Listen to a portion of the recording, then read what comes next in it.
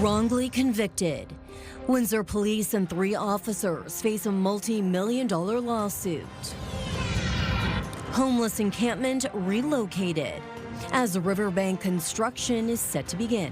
It's been a long few days, but it's been going quite smoothly. And a strong storm sweeps through the region. So the storm for us was the first big one this year. The damage caused by strong winds and heavy rain.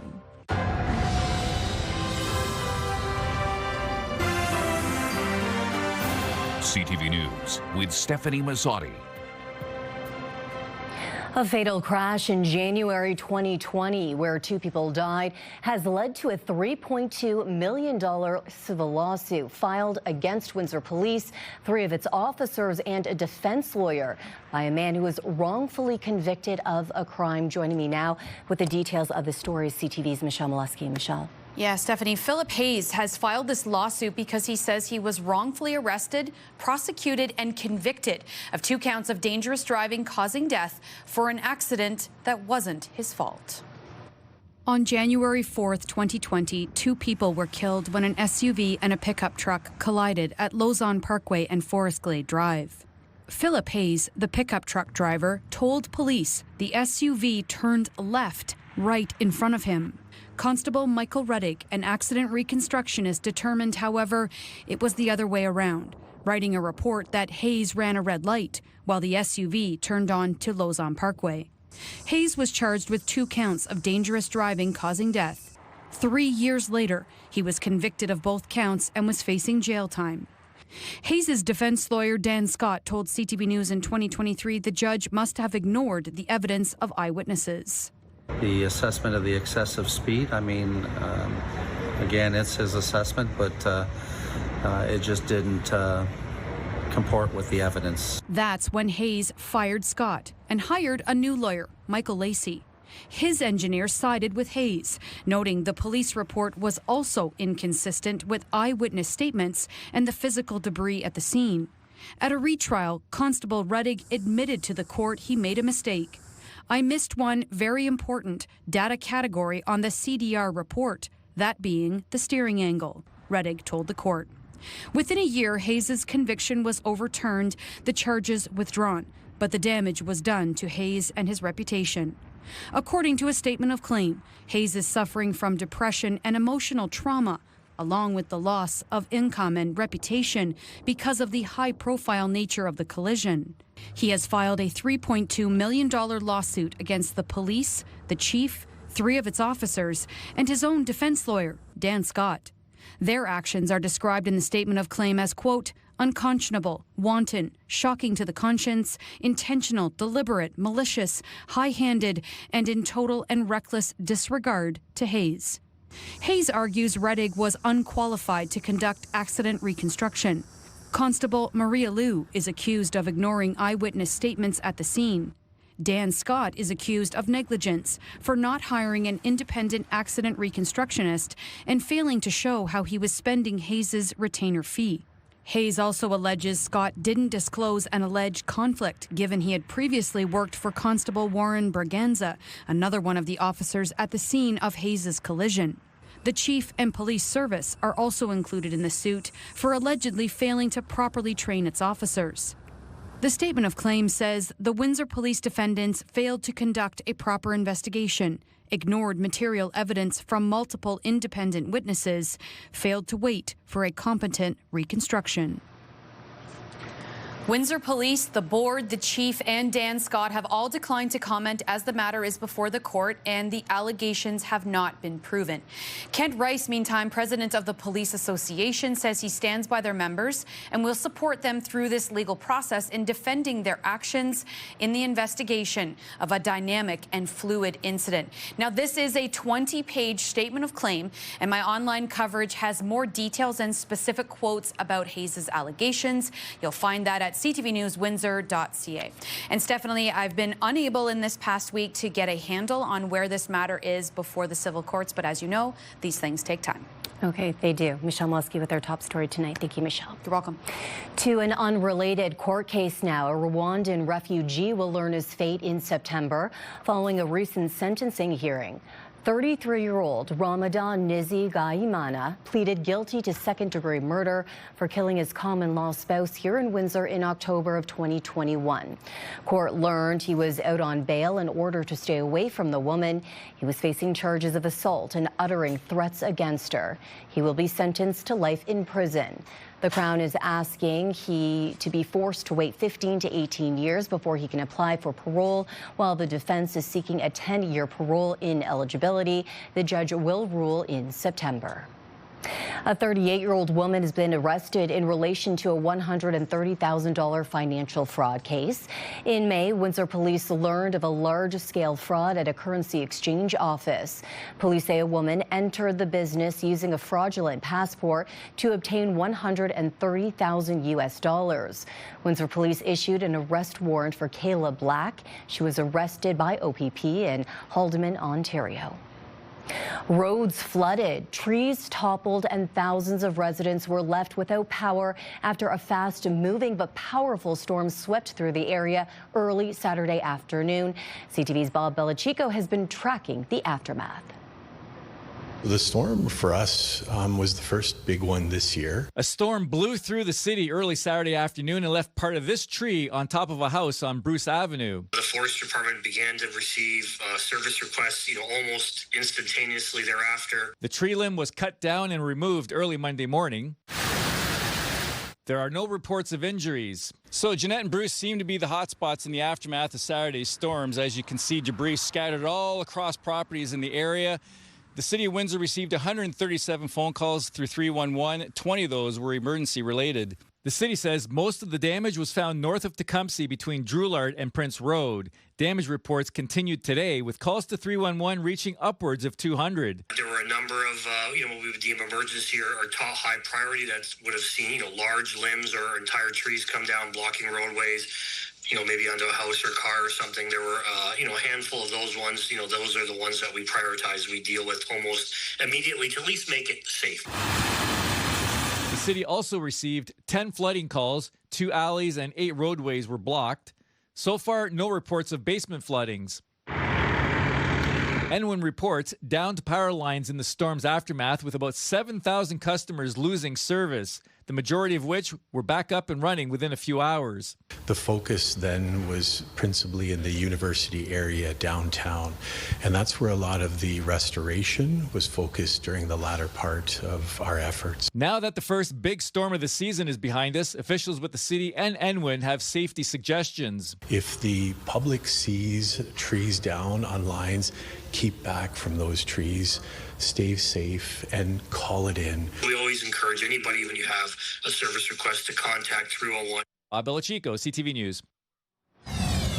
Now intense heat is expected to continue. Meteorologist Gary Archibald joins us now for a first look at the weather from the top of the Bell Building tonight. Good evening, Gary. Good evening. It is very hot out here. I can tell you, jacket and tie, it doesn't make it easier. But for the show, of course, have to look good, right? What's not looking good? The smoke, the haze. Obviously, the air quality is not great, so we have a special air quality statement involved, as well as the heat warning. So taking it easy in the midst of this ridge of high pressure that is providing all of this sunshine, and elevated temperatures and humidity combined to make it feel like 35 to 40, 42 over the next few days. I'll break down when we're likely to see some more pleasing, comfortable weather just ahead. For now, I'll send it back inside to the desk. Construction work is set to begin along the riverbank in Chatham, but a long-standing homeless encampment needs to be moved first.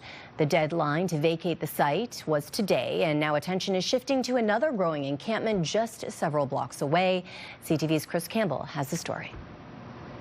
It's moving day for some of Chatham-Kent's most vulnerable residents, those who've been living in tents along the Thames River. It's been a long few days, but it's been going quite smoothly. We're looking forward to it to bring safety back to our community and a little more peace of mind for the residents and the business owners of this area. We gave folks a deadline of today, but we'll be a little bit flexible with that. But folks, for the most part, have picked their new location, and we're just making that happen today. The municipality has ordered the homeless camp to leave this site so bank stabilization work can begin. But where they're going next is raising new concerns. So folks that are unsheltered have the right to house themselves on municipal property. As a municipality, we are not dictating a location for them to go to. We are simply making sure that it falls within the encampment protocols that Council passed last November. But now a new cluster of tents appears to be forming at the Public Utilities Commission property on Grand Avenue East, several blocks away. I feel that it's very wrong for them to put them close to a building with a lot of older people and people that are, like my mom has Alzheimer's and she likes to wander. Nearby residents say they're frustrated, concerned about safety, and unsure who to call. We've heard a lot from a lot of people over the weekend, and I can't say it's been positive. While slope work is expected to begin soon along the riverbank, it's unclear what steps, if any, the municipality plans to take in response to the new encampment. Nobody saw it coming, to be honest. City Council wasn't informed. It just happened. We knew the former tent city had to be vacated today, but we weren't told of where the new location would be. Does it fall within the parameters of our bylaw? Maybe. Maybe not, but there are some very unhappy neighbors. Officials say they're working with partners on long-term housing solutions like the new Tiny Cabins project, which is set to open in August. But for now, one encampment has ended, while another has seemingly just begun. In Chatham, Chris Campbell, CTV News. What to do about Ward 2? The decision on how to fill the now vacant council seat made today during a busy Windsor City Council meeting. We turn to CTV's Travis Fortnum for that and what else was on the agenda today. Travis. Thanks, Stephanie. We'll get to Council's final decision on who will represent Ward 2 in a moment. Members also approving a number of citywide changes today, this including updating Windsor's truck route system, checking in on how the city is doing with active transportation goals, and replacing aging fire vehicles. Council signing off on Windsor's updated truck route bylaw after a citywide study looking at safety, infrastructure wear and tear, and the impact of heavy truck traffic on residential streets. Changes include removing College Avenue and Jefferson from the designated truck network and restricting Dominion to local deliveries only. The bylaw will take effect later this year, with staff expected to come back to council with updated information 12 months after the opening of the Gordie Howe Bridge. This will be a dynamic process, so as traffic patterns change, we want to make sure that our truck route study is adapting to those changes. 12 months, I would say, is a minimum, but we could certainly give you a level of a snapshot at that point. If they're substantive, we can bring further enhancements or proposed changes back to council at any time. Windsor is making slow but steady progress on its active transportation goals. That, according to the latest city biennial report, which highlights over 15 kilometers of new cycling and pedestrian infrastructure since 2022, along with school engagement programs aimed at encouraging safe walking and biking. The city's buying 2 new fire trucks, council approving the purchase of a new aerial truck and a new pumper truck to replace a pair of vehicles for Windsor Fire and Rescue Service set to, quote, expire in 2027, including one that's been out of service for extended periods of time due to mechanical failure. It's going to cost about $3.1 million from the city's fleet reserve, but buying them now is seen by staff as a financially savvy move, with the possibility tariffs could drive the cost of the vehicles up in the future. The nice thing is that right now, emergency vehicles are exempted under those tariffs. Now, that could change any given day. We're on, a couple-year lead time when we order these vehicles. So by doing it now, we save a couple $100,000 on the price of the vehicles. Then we have fit-up. Once the vehicles arrive, we do a fit-up with other equipment that belong on those trucks. And that equipment, an estimate per truck is about $80,000 right now. So you're looking at $160,000 when those trucks arrive, and we don't know where the cost will be on that equipment when those trucks arrive. So back to the vacant Ward 2 seat. Following Fabio Costante's resignation last month, the position was formally declared vacant today. And after reviewing its options, council has decided to call a by-election for October. Windsor's Ward 2 residents are heading back to the polls. City Council voting Monday to hold a by-election to fill the West End seat left vacant by the resignation of Fabio Costante last month after brief debate around the council table. You're talking about $1 billion budget. $150,000 is a small investment to make in democracy. The by-election is expected to cost between $150,000 and $200,000, but the majority of councillors say giving the public the say is worth the price. The person who's going to represent those folks should go door to door to door. This race will sort of be a precursor for what we'll see in the larger general election. If we were to appoint someone, you are giving someone a huge advantage. Let the public choose who they want to represent them, and I think you can never go wrong doing that. One councillor voting against the by-election, Gary Kashak, and Ward 4 Rep Mark McKenzie absent. We're 1 year away from this next election. I hear a lot of outcry of what's happening in LaSalle right now, of spending a couple $100,000 on a one-year by-election as well. Do I like spending the money? Not particularly, but I think in terms of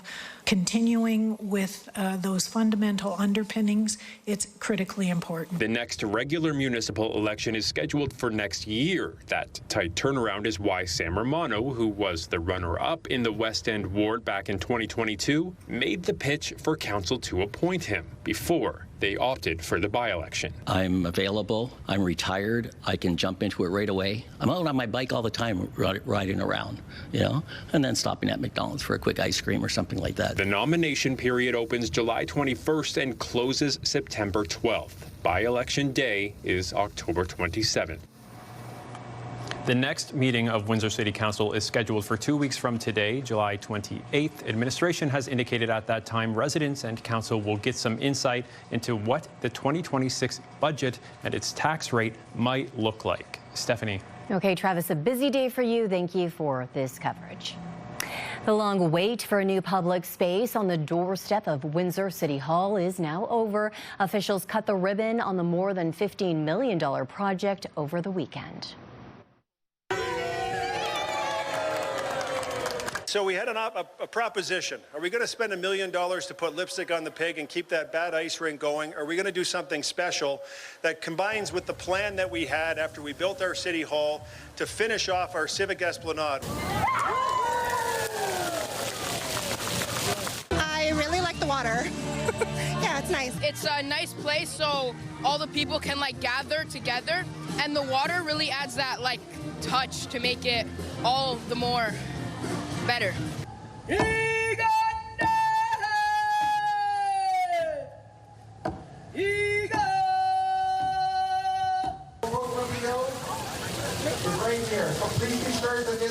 I think that they should add games or something more to do.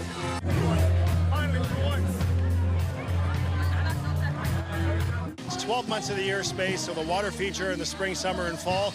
And then in the winter, we turn over to a real remarkable ice rink, a full-size ice rink that the public can come out and skate for free.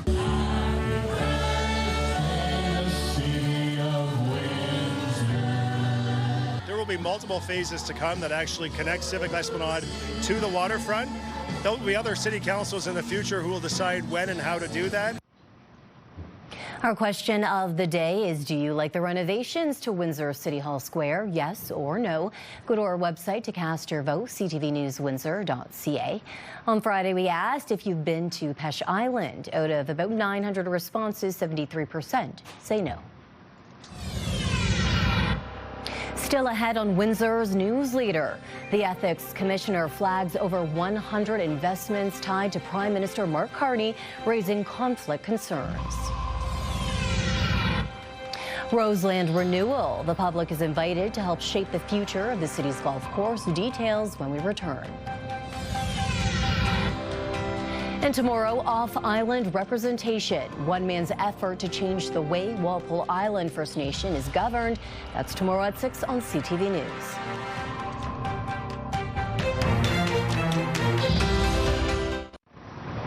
Air Air quality alerts have been issued for much of central and eastern Canada due to wildfire smoke.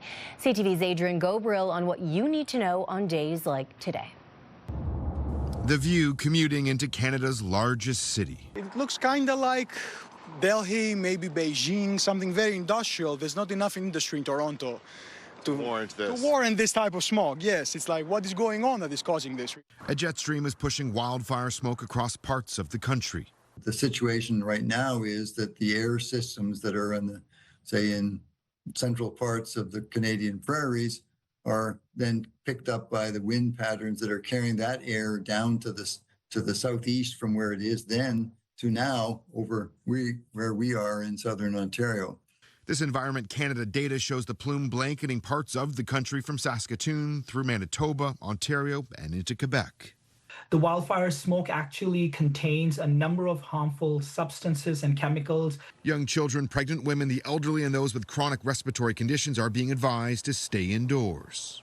Someone with asthma, other lung diseases, heart disease, diabetes, even actually someone who's quite healthy but might be active outdoors or working outdoors can be impacted by these exposures as well. I got allergic rhinitis, so it's definitely not great for me when the quality is like that. As of this afternoon, the Swiss air quality tracker IQ Air had Toronto sitting at 5th worst in the world. At one point this morning, it sat at number 2 on the planet. The concerning air quality alerts come just as Toronto, Montreal, and Ottawa are all under a heat warning. It just seems to be a lot drier and more dramatic than it once was. Models indicate that the smoke could linger over parts of Ontario and Quebec into Wednesday, possibly even Thursday. Adrian Gobriel, CTV News, Toronto. Donald Trump sent a sharp message to Vladimir Putin today, threatening 100% tariffs if the war on Ukraine isn't resolved, and a NATO-backed weapons deal for Kyiv. Here's CTV's Abigail Beeman. I think this is a chance at getting peace. A bold claim and a big threat. But we're very, very unhappy with them, and we're going to be doing very severe tariffs if we don't have a deal in 50 days. Tariffs at about 100%. U.S. President Donald Trump hosted NATO top boss Mark Rutte in the Oval Office, promising billions in military equipment, including Patriot missile defense systems purchased from the U.S. by NATO allies. Germany, massively, but also Finland and Denmark and Sweden and Norway, the United Kingdom, the Netherlands, Canada. They all want to be part of this. The Patriot system is viewed as kind of being a top tier one. So not just that he's going to provide support, which is a change in and of itself, but also that he's going to provide support with pretty advanced weaponry is beneficial. Just ahead of the Oval Office meeting, President Volodymyr Zelensky hosted the U.S. Special Envoy for Ukraine in Kyiv. Very positive for both countries. And just now we spoke about air defense. You wouldn't want to be Zelensky in this because you don't know which day, the United States is going to support you. But it's a good news story for helping them thwart the advance. In terms of sanctions, Russia has already been hit hard and U.S.-Russia trade is way down. But experts say secondary tariffs on other Russian buyers would make a difference. When you see the largest importers of China and India being pummeled, that's where it's really going to hit Russia. Separately, there is a U.S. Senate bill that looks at imposing 500% secondary tariffs on Russia. Trump said today that may not be necessary. Abigail Beeman, CTV News, Ottawa. Canada's Prime Minister has disclosed a fuller picture of his financial assets to the Ethics Commissioner. CTV's Judy Trin delves deeper into whether the moves are enough. There is a cornucopia of conflicts of interest in these investments. The Conservative leader is raising concerns about the Prime Minister's business dealings in his past life. Before entering politics, Mark Carney sat on the boards of Brookfield Asset Management and Stripe, a credit card software company. He has millions of dollars of assets in the two companies, which he put in a blind trust. I comply with my responsibilities. I comply with the rules well in advance. New disclosures filed by Carney to the Ethics Commissioner revealed that Brookfield and Stripe own or control more than 100 other corporations, including clean energy businesses and real estate. The list of potential conflicts goes on and on. How can he possibly be involved in developing a budget when all the tax policies could impact on his investments directly or indirectly? The Commissioner's office says the Prime Minister's Chief of Staff, Marc-André Blanchard, and Privy Council Clerk, Michael Sabia, will be in charge of screening Carney's government decisions, which Carney says will prevent him from giving preferential treatment to any of the companies while he exercises his official powers and duties. As long as they're invested in businesses while they're in public office, their investments will taint every decision and cause them to make decisions in their own interests, even if they claim not to be doing that. Conservative leader Pierre Poilievre says the only way to ensure that the Prime Minister won't breach his ethical guidelines is for Mark Carney to sell all his assets, then hand over control of the funds to a trustee to invest. Judy Trin, CTV News, Ottawa. The City of Windsor is teeing up a major upgrade at Roseland Golf Course. The city is moving ahead with plans to build a new clubhouse at Roseland Golf Course. The $5.7 million project will feature a smaller one-story building with covered outdoor seating. Residents and golfers are invited to view the design plans and share feedback at a public open house on July 31st at the current clubhouse. Unionized drivers at Vets Cab in Windsor have ratified a new 4-year contract. The 300 Unifor Local 195 members voted 79% in favor of the deal.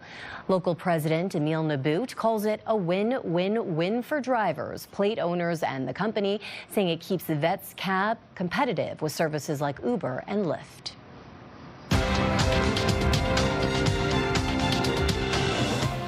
Canada's main stock index closed at a record high on strength in industrials and technology. In Toronto, the TSX gained 175 points. In New York, the Dow added 88, the Nasdaq also up 55. The Canadian dollar lost 0.05 of a cent today. On commodity markets, gold fell almost $5 an ounce and oil lost $1.47 a barrel. Weight warning coming up.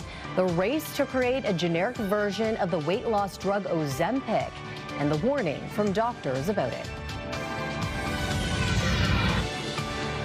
Thank you, Mark Hewer, for our CTV News weather snapshot. Just ahead, we'll talk air quality and heat warning next.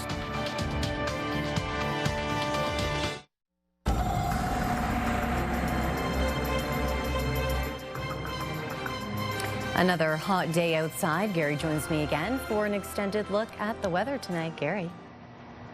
Hot and hazy, heat warning in place. It could be extended until at least late Thursday, possibly even Friday. But I think Friday we'll see a cooling down, relatively speaking. Then we have an air quality alert across extreme southwestern Ontario as well because of smoke from forest fires. Those forest fires across the prairies and parts of the Canadian Shield proper, no doubt. So, double whammy of major concerns. Today, reaching a high so far unofficially near 31 degrees Celsius. Our average high 28.1. The lows, that is early morning before dawn, have been very mild and about 4 to 5 degrees above seasonal. We're warmer in Chatham-Kent right now at 30 degrees or 86 degrees Fahrenheit. Hazy, a bit sun and cloud, a bit of sun and cloud, the combination of two.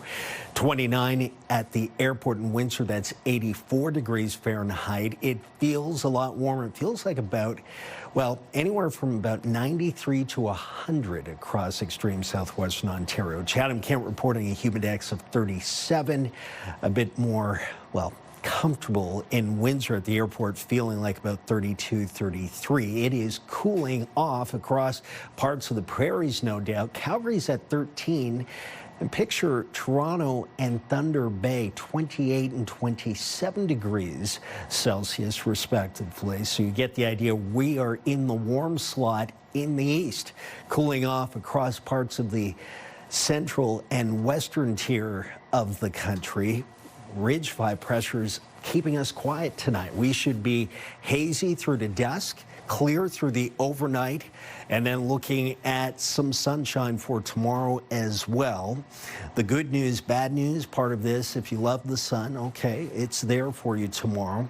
The bad news is, as we transition towards the midweek, we could be in for significant thunderstorm activity for late Tuesday night, overnight into a active Wednesday. Tonight, warm through 8, 10, and midnight. Clear through midnight.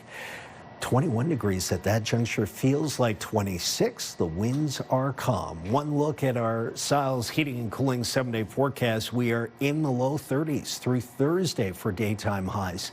Hazy tomorrow. Showers, thunderstorms maybe Wednesday and Thursday. Friday, Saturday, Sunday, mid to upper 20s.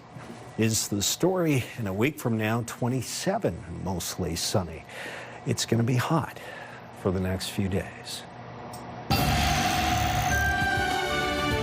Lifetime, brought to you by Safeguard Medical Alert Systems.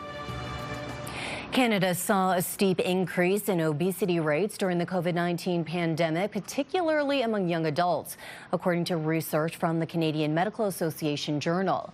The obesity rates between 2009 to 2020 increased about 0.5% a year, but that doubled during the pandemic years, increasing 1% each year. The rise was particularly steep again for young adults. No surprise, the study suggests lockdown restrictions played a role, as well as stress related to work and childcare. A local trainer is pleased that people have shaken off the pandemic. It is nice to see that, and I think that the fitness industry itself, after the pandemic, has had a surge of popularity. You know, there's more fitness trends out there. There's more fitness influencers out there, and people's mental health is a lot better, these days compared to then. The drug Ozempic was initially designed to combat diabetes, but it became a blockbuster weight loss drug.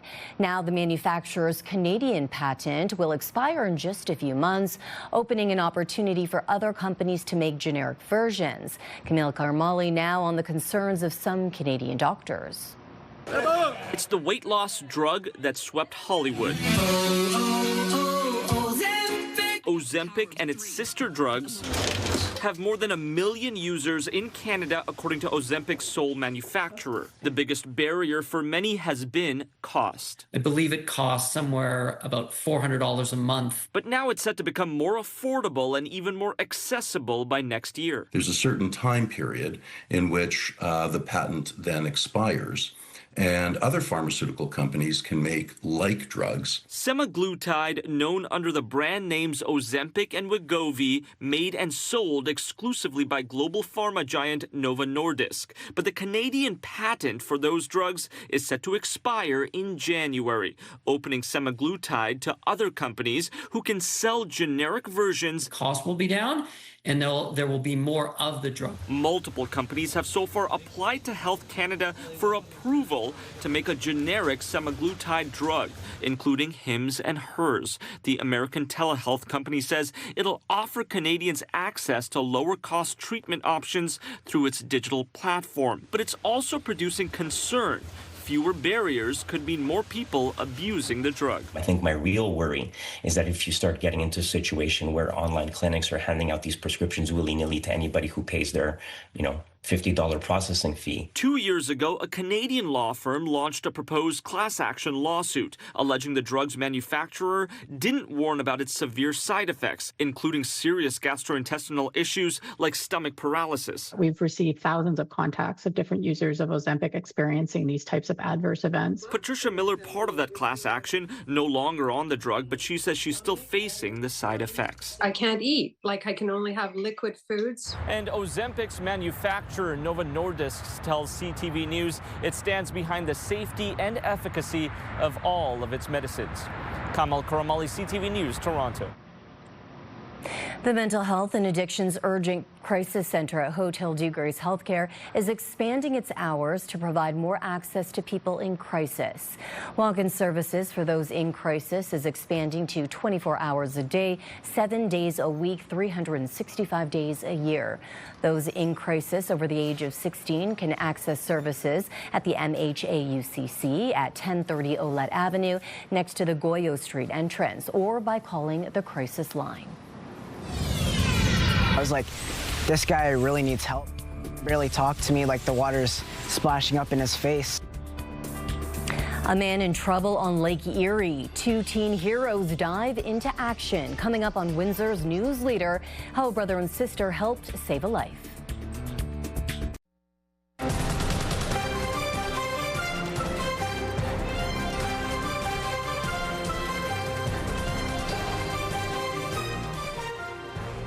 Now to the story of 2 Leamington teens hailed as heroes after wasting no time diving into action to save a stranger in need. CTV's Travis Fortnum has the story. The sun was setting over Lake Erie, and teen siblings Lila and Callahan Cavell were spending a quiet night at home when something out the window caught her eye. I just saw the guy. I was like, oh, he's just on his jet ski. But then I look out and he's in the water. So I was like, that doesn't look right. He was trying to get back on it, so I was like, he clearly needs help. She rushed to get her brother, and the two ran outside to see if the man struggling next to an overturned jet ski was okay. I said, I need to go in as soon as possible. So I said, call mom and dad, ask if I can go in the water, because, you know, it's pretty dangerous. Cal grabbed 2 life jackets and dove into the choppy waters while his family called 911 from the shore. He says it took 15 minutes to reach the swimmer, kept afloat by his life jacket. As soon as I kind of started talking to him, that's when the adrenaline kind of kicked in, and I was like, this guy really needs help. He could barely talk to me, like the water's splashing up in his face, so he kept trying to say words to me, and he was just spitting out water, so I knew that we needed to get him back. The man visiting from the Toronto area had been riding alone when his jet ski flipped. Lucky for him, the teens just happened to be trained lifeguards. When we were out there, we heard the police sirens and everything going off, and he was like, oh, please don't let that be for me. And I was like, well, we got to make sure that you're okay. OPP arrived within minutes, and by that point, the teens' parents had returned home too. Together, they helped guide the exhausted pair out of the water and onto shore. When he was like, you saved my life and all that stuff in the moment, that was when I was like, whoa, like this is real. About an hour after what had been a quiet night at home, the Cavell kids had saved a life. They say they just did what they hoped someone would do for them. I'm very proud of him. I feel like me and my sister made a really good team. Travis Fortnum, CTV News. Motorcyclists from across Windsor, Essex popped their kickstands this weekend to help feed families in need. Just wanting to give back to the community and, you know, see people do better. It's our way of giving back. On a mission for the mission, holding its 2nd annual bike show on Sunday. Entry to the event required a non-perishable food donation or hygiene product. Visitors walked through lines of bikes and stopped by vendor tents. All donations support food banks across Windsor, Essex, and across the county. It's a great relief to a lot of people with these food banks, because right now the food banks are empty. So anything that we can do to restock those shelves could possibly save somebody from losing their house. You know, if we're giving them the food, they don't have to go buy the food. They can actually pay their rent or their mortgage or their utility bills.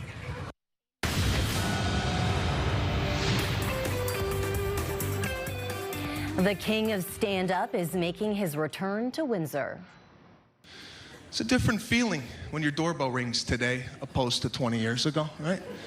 20 years ago, your doorbell rang, that was a happy moment in your house. It's called company. Sebastian Maniscalco is bringing his It Ain't Right tour to the Coliseum on November 22nd. Hailed as the hottest comic in America, he's breaking records across North America and was just named Billboard's Top Comedy Tour of 2025. Known for his sharp wit and animated storytelling, fans can expect a night of non-stop laughs. The latest news to start your day. Interviews, conversations with the top officials, the difference makers, and personalities in Windsor, Essex. Only on Windsor, Essex #1 morning show. It's Mornings with Mike and Meg on AM 800. This is your CTV Windsor, our community calendar. It's time to assemble in support of Cystic Fibrosis Canada at Superheroes Unite. Saturday, August 30th from noon until 4 p.m. at the Serbian Center. See you next time on Our Community. It's time to check in on what's happening now with Melanie Kentner. And Melanie, you've got details on a warning from Windsor Police about door-to-door contractors. Stefanie, police say they want homeowners to be cautious of anyone offering to do home repairs, especially if they ask for cash up front. Officers say a professional-looking flyer with a company name doesn't always mean the business is legitimate. They have some tips to protect yourself, including verify the company's existence, ask for ID and credentials, get multiple estimates, and trust your instincts. If you think it's a scam, contact the Windsor Police Financial Crimes Unit. We've got more tips online at ctvnewswindsor.ca. And we also got a story online, Melanie, expanded access to the city's supervised program. Yes, also known as the SUPI program, it began at 3 local parks yesterday. After piloting the program at Mitchell Park in the downtown area since 2023, the city expanded to Micmac Park, Lansbury Park, and Fontainebleau Park until the end of July. It will be held at different parks in August. Youth can spend the afternoons with city staff using sports equipment and staying active. The list of which parks and when can be found on our website. And in our social spotlight tonight, here's some proof that some people are really deep sleepers.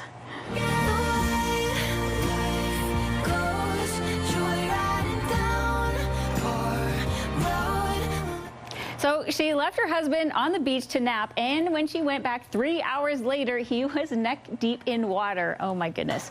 It looks relaxing, but not sure how he didn't wake up when the water started getting that high, Stefanie. Yeah, it looks a little dangerous too. I would definitely be concerned, but yeah, he's definitely relaxed, that's for sure. Yeah, good thing she didn't go back like 5 hours later.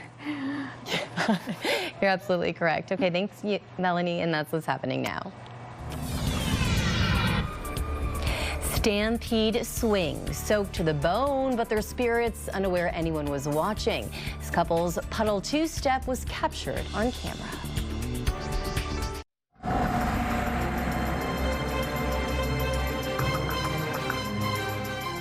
The sky looking blue there, but Gary, that haze, you can see it. I noticed it when I was driving in. Air quality is not good, no. So we're in that moderate zone, 4 to 5 on the scale, 1 to 10. Could be that bad tomorrow or worse.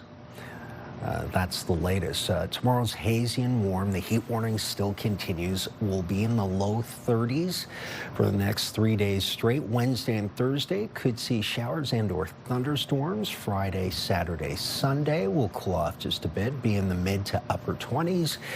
And sunshine a week from now. But I'm more concerned about the heat. Tomorrow will feel like about 35, 36, so you want to stay hydrated, stay cool. If you're outside, use your sunscreen. UV's at 9 or 10, plus the smoke, so take it easy. Okay, watch out for your pets, of course. That's right. Okay, Ricardo, tonight at 11, we're talking about major project in Amherstburg. Yeah, we're going to town council there. They're a step closer to getting a major project off the ground in town. A report to council recommending approving a zoning change to allow proposed residential commercial development to move forward.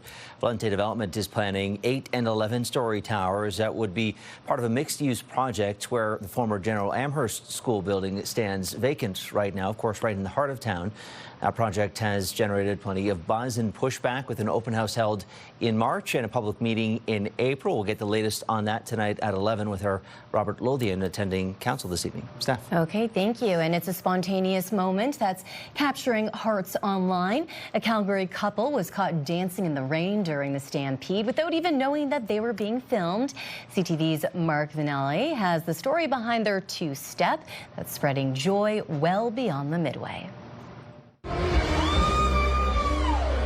Caught in a stampede downpour, Benjamin McMurray and Sarah McDougall couldn't help but dance. Outside Nashville North last Sunday, the music kept going, and so did they. Their two-step through the puddles, filmed by a stranger, both of them completely unaware. Nothing clears out a dance floor like a good rainstorm, so it actually worked out perfectly. We had lots of room to dance and just kind of practice our moves. It was spontaneous. We were already out there, it was coming down, and I think I said we should dance in that puddle, and so we just started doing it. I like how your hair dips into the water too. That was funny. The video has now been viewed more than 800,000 times, some calling it the perfect Stampede love story. That's wild because I didn't expect that at all. I had no idea that was going to happen, but I keep seeing the views go up and up and up. It's crazy. Believe it or not, this is actually our first rodeo. The pair has only been together just a couple months after meeting through friends on a trip to Ghost Lake. Some of their first memories together, riding Ben's motorbike. She was crazy enough to jump on the back of the Harley and come out with me. So after I threw her in the lake and she wasn't sick of me then, so we just kind of kept seeing each other. Their story and their spirits now striking a chord with people far beyond the fairgrounds. And I love that everybody dresses country and gets out and everyone's in a good mood and people are dancing and it's a really good time. I always enjoy it. And for this couple, it's not just about music or moments, it's about who you share them with. Life is not always purely sunshine, so if you can find those people that are willing to dance through the rain with you, keep those people around. Mark Villani, CTV News, Calgary.